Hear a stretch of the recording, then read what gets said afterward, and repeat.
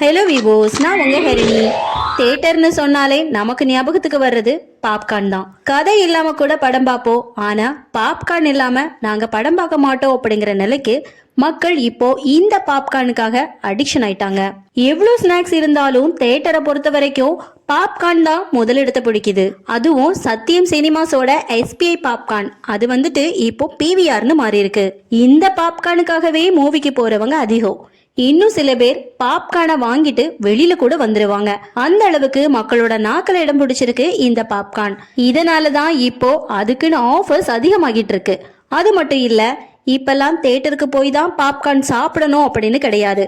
ஆன்லைன்ல கூட ஆர்டர் பண்ணி வீட்லயே வச்சு சாப்பிட்டுக்கலாம் அப்படிங்கிற அளவுக்கு பாப்கார்னோட பிசினஸ் வளர்ச்சி அடைஞ்சிருக்குன்னே சொல்லலாம். இந்த பாப்கார்னோட கதை பத்தி தான் இந்த வீடியோல நம்ம பார்க்க போறோம். வீடியோக்குள்ள போறதுக்கு முன்னாடி மறக்காம ஹரிணி டாக் சப்ஸ்கிரைப் பண்ணி வச்சுக்கோங்க. 1800களில் பாப்கார்ன் மட்டும்தான் பெஸ்ட் ஸ்நாக்ஸாவே இருந்திருக்கு. இந்த காலகட்டங்கள்ல மற்ற ஸ்நாக்ஸ் எதுவுமே கிடையாது அப்படின்னும் பெஸ்ட் ஸ்நாக்ஸா இருந்ததே இது மட்டும்தான் அப்படின்னு சொல்லப்படுது. மெக்சிகோ நாட்டுல தான் பாப்கார்ன் ஆனது முதல்ல கண்டுபிடிக்கப்பட்டிருக்கு. சார்லஸ் பிரிட்டஸ் அப்படிங்கிறவரு பாப்கார்ன் செய்யற மிஷினை மார்க்கெட்டுக்கு விலைக்கு கொண்டு வந்திருக்காரு. அதை ஒரு தள்ளுவண்டியில வச்சு தள்ளிக்கிட்டே அந்த காலகட்டங்கள்ல நடந்த கண்காட்சிகள், சர்க்கஸ், தெருக்கள்ல இந்த பாப்கார்ன் ஆனது விற்கப்பட்டிருக்கு. 1848களில் சிற்றுண்டி உணவாகவும் இருந்தது. 1900களில் தான் தியேட்டருக்கு கொண்டு வரப்பட்டிருக்கு. இந்த இடப்பட்ட காலங்கள்ல ஏன் தியேட்டர்ல அனுமதிக்கப்படலை அப்படின்னு பாத்தீங்கன்னா, அந்த காலகட்டங்கள்ல சவுண்ட் இல்லாத பிலிம்ஸ் தான் ரிலீஸ் பண்ணப்பட்டிருக்கு. இதனால இந்த மாதிரியான ஒரு அமைதியான சூழல்ல கவரை பிரிக்கிறது, நறுக்குன்னு பாப்கார்னை சாப்பிடுறது மாதிரியான சவுண்ட்ஸ் அங்க இருக்கிறவங்க எல்லாரையுமே ரொம்ப டிஸ்டர்ப் பண்ணும் அப்படிங்கறதுனால இதை அலோவ் பண்ணலன்னு சொல்லப்படுது. பாப்கார்ன் விலை ரொம்பவே சீப்பா இருந்தாலும் கூட ஆடம்பரமான தியேட்டர்களா இருந்ததுனால அங்க அலோவ் பண்ண விடல. அதுக்கப்புறம் 1920களில் முதலாம் உலக போர் ஏற்பட்ட தி கிரேட் டிப்ரெஷன் காரணமா பொருளாதார நிலையானது ரொம்பவே மோசமா இருந்திருக்கு. இதனால உணவுப் பொருட்களோட விலை வந்துட்டு ரொம்பவே அதிகமாயிருக்கு. இந்த நிலையில கூட சோளத்தோட விலை மட்டும் ஏறவே இல்லை. முதலீடு கம்மி, வாங்குவதற்கு ரொம்பவே சீப்பாவும் இருந்ததுனால அதிகமா செஞ்சு விற்பனையும் அதிகமாயிருக்கு. அதே நேரத்துல வெளியில வந்த படங்களோட ஆடியோ சவுண்ட்ஸும் அந்த டைம்ல இருந்ததுனால பாப்கார்ன் சாப்பிட்றதுனால எந்த ஒரு டிஸ்டர்பன்ஸும் இல்லை அப்படின்னு பார்க்கப்பட்டது. இந்த டைம்ல மக்கள் தியேட்டருக்கு கொண்டு போன ஸ்நாக்ஸ் என்னன்னு பாத்தீங்கன்னா பாப்கார்ன் தான். ஆரம்பத்துல தியேட்டருக்கு வெளியில வச்சு விற்கப்பட்ட இந்த பாப்கார்ன் கடைகளை தியேட்டரோட உரிமையாளர்கள் தியேட்டருக்கு உள்ள வச்சு விற்க அலோ பண்ணினாங்க. இதனால நிறைய பேர் வாங்கி சாப்பிட ஆரம்பிச்சாங்க. அதுக்கப்புறம் யோசிக்க ஆரம்பிச்ச தியேட்டர் உரிமையாளர்கள் இந்த சின்ன கடையில இவ்வளவு லாபம் அப்படின்னா பெரிய தியேட்டர்கள்ல ஒரு சின்ன கடையை வச்சோம் அப்படின்னா எவ்வளவு லாபம் அப்படின்னு நினைக்க ஆரம்பிச்சாங்க.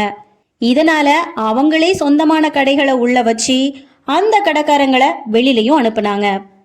அதுக்கப்புறம் தான் எல்லா தியேட்டர்கள்லையும் பாப்கார்ன் படிப்படியா விற்க ஆரம்பிச்சாங்க. அப்படின்னும் இந்த பாப்கார்ன் விற்பனைனால தியேட்டர் உரிமையாளர்களுக்கு அதிகப்படியான லாபமும் கிடைச்சது அப்படின்னு சொல்லப்பட்டது.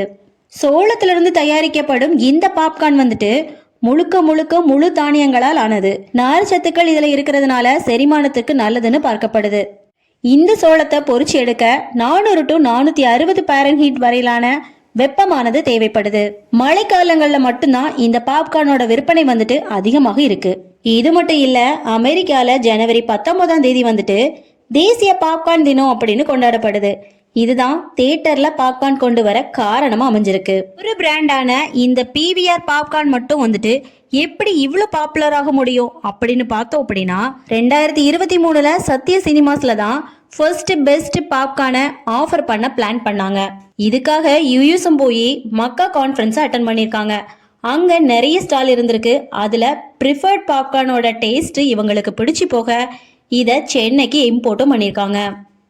சத்தியம் பாப்கார்னை பொறுத்த வரைக்கும் இதோட டேஸ்டும் ஃப்ளேவரும் தான் ஒரு யூனிக்கா பார்க்கப்படுது. ஸ்டார்டிங்ல சத்தியம் தியேட்டர்ல இந்த பாப்கார்ன் ஆனது சேல்ஸ் ஆகல அப்படின்னாலும் நம்பிக்கையோட ட்ரை பண்ண ஆரம்பிச்சாங்க. இந்த நம்பிக்கை தான் இன்னைக்கு நம்பர் 1 மாத்திருக்கு. இந்த சத்தியம் பிராண்டோட பாப்கார்ன் வந்துட்டு sweet garlic popcorn, Mexican cheese popcorn, plain பாப்கார்ன்னு 3 வெரைட்டி இருக்கு. இந்த 3 ஃபிளேவரோட டேஸ்டும் மக்களோட நாக்க ஆக்கிரமிச்சிருக்குன்னே சொல்லலாம். தியேட்டர் பாப்கார்னான இந்த பிவிஆர் பாப்கார்னோட கதை உங்களுக்கு பிடிச்சிருந்துன்னா லைக் பண்ணுங்க, கமெண்ட் பண்ணுங்க, ஹரிணி டாக் சப்ஸ்கிரைப் பண்ணி வச்சுக்கோங்க. தேங்க்ஸ் ஃபார் வாட்சிங்.